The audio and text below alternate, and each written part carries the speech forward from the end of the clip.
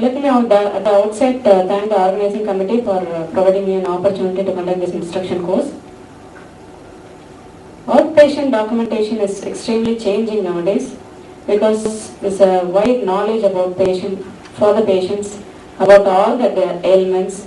Through the internet they get almost all the information, and they also have the right to information, because if you document anything and you don't give any records to the patient, if the patient demands, you have to part away with all the documents. And liability of the consultant is also increasing. Process, it has come a long way from manual case record maintenance to software. Till now, updated one is an integrated database integrating various disciplines across the entire institute. What are the advantages of manual records? But this is the first thing everyone will start with in a simple clinic. Advantages include it's very cost effective, it's simple.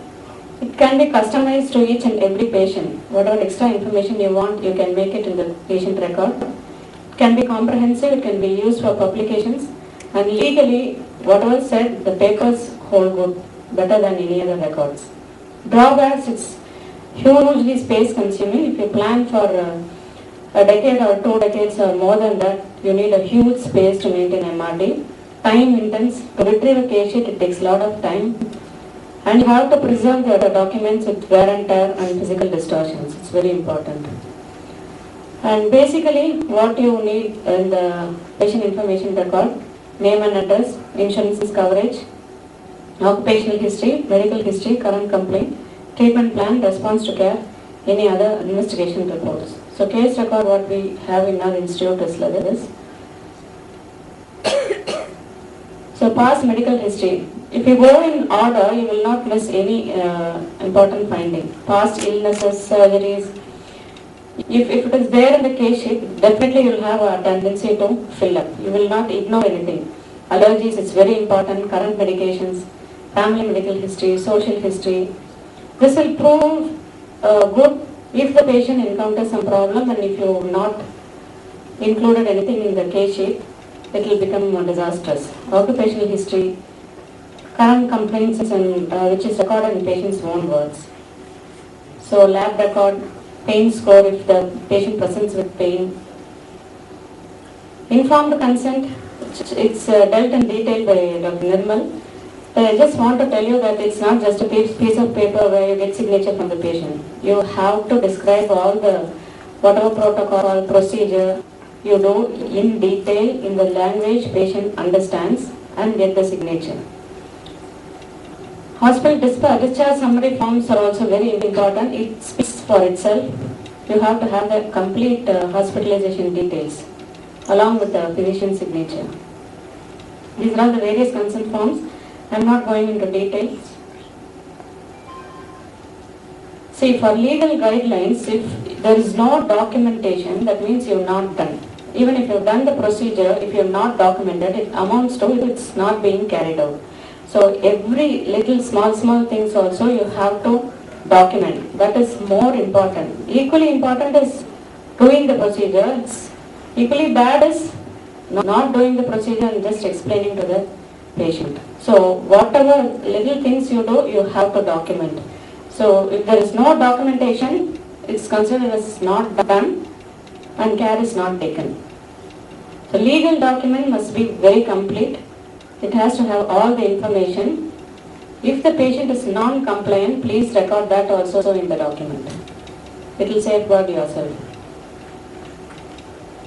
So each and every word in this slide is important. The records should be complete.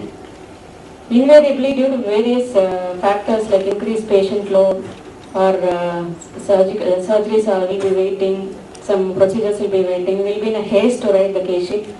But that's not allowed, that's not excusable cause. It has to be complete, accurate, well documented. Incomplete, altered records are very wrong. Tampering of records might equal to criminal liability. So never alter any record. You can strike the previous one and then write a fresh one, legibly sign, put the date.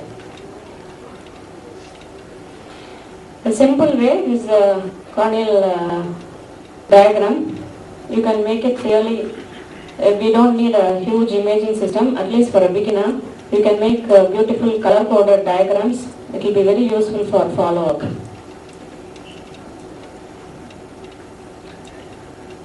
And the chart should also have a diagnosis and treatment plan. What are all the treatment options available and the final treatment. What instructions you are telling the patient. Each and small things like shake the bottle before use or wash your hands before applying eye drops. Whatever is there, it has to be documented. Medications prescribed, comments, whatever additional comments you have. Operative reports, follow-up visits, and whatever telephonic calls you are making for the patient. These are the parts of the continuous patient record. Usually it is documented in the SOAP format. It stands for SOAP, stands for subjective patient complaints. Objective is what you find, that is signs. Assessment is your diagnosis, and plan of action of care. So this, if you follow this format, then automatically everything will fall in line. This is the daily progress report followed in our hospital with the SOAP format. And records has to be little good. It has to be very good. Usually carbon copy is attached to the OPK sheet, so one has to use a very good quality pen. And if the patient has any allergies, you have to highlight, either write in bold or circle or underline.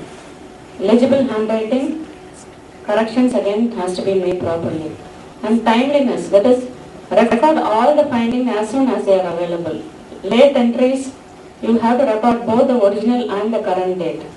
And also the telephonic calls and information what is discussed with the patient.